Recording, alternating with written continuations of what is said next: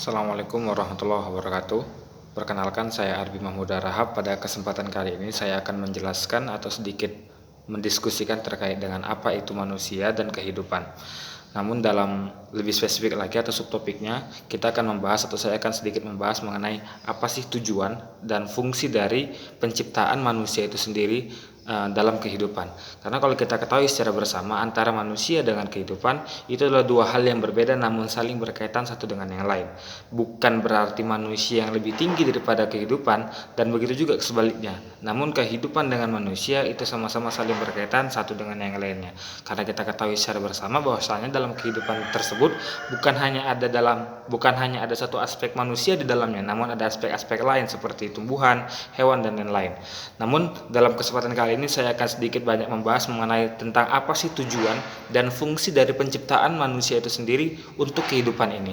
Maka ketika kita berbicara mengenai tujuan, maka yang harus ditanamkan dalam pemikiran adalah tujuan itu adalah arah langkah atau output yang bakal dihasilkan. Maka dari tujuan penciptaan manusia adalah apa arah dari manusia ini diciptakan, atau apa output akhir yang bakal dihasilkan dari penciptaan manusia ini.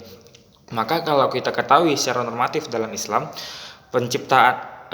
tujuan penciptaan manusia itu diatur dalam surah Az-Zariyat ayat 56 mengatakan bahwasanya tujuan manusia diciptakan sama Allah Subhanahu wa taala adalah untuk mengabdi kepadaku atau untuk menyembah kepadaku. Jadi jin dan manusia dalam ayat tersebut Az-Zariyat 56 secara normatif menjelaskan bahwasanya tujuan dari manusia diciptakan adalah untuk menyembah kepada Allah. Dan yang kedua adalah dari fungsi bagaimana. Kalau kita berbicara mengenai fungsi itu lebih dititik beratkan bagaimana pekerjaannya, bagaimana tugas yang diberikan. Maka ketika fungsi dari penciptaan manusia adalah apa tugas atau apa pekerjaan yang diberikan kepada Allah terhadap manusia, maka untuk manusia itu diciptakan. Maka kita ketahui secara bersama bahwasanya fungsi dari manusia diciptakan sesuai dengan ayat 30 Al-Baqarah adalah aku menciptakan engkau ke muka bumi untuk menjadi khilafah atau menjadi pemimpin. Maka kedua hal ini antara tujuan dengan fungsi sama-sama saling berkorelasi satu dengan yang lain. Manusia bertujuan untuk menyembah kepada Tuhan atau kepada Allah Subhanahu wa taala, dan manusia berfungsi diciptakan adalah untuk menjadi pemimpin di muka bumi. Sehingga antara menyembah dengan menjadi pemimpin, hal ini bukan hanya dilandaskan kepada landasan teoritis belaka, namun harus dapat dipraktikkan dengan ranah praktisi juga.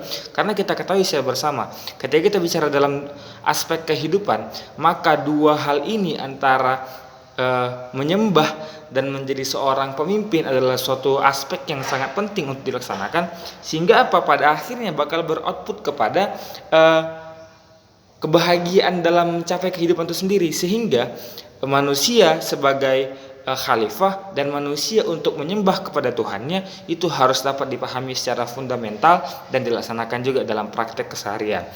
Demikian yang dapat saya sampaikan. Lebih dan kurang saya mohon maaf. Assalamualaikum warahmatullahi wabarakatuh.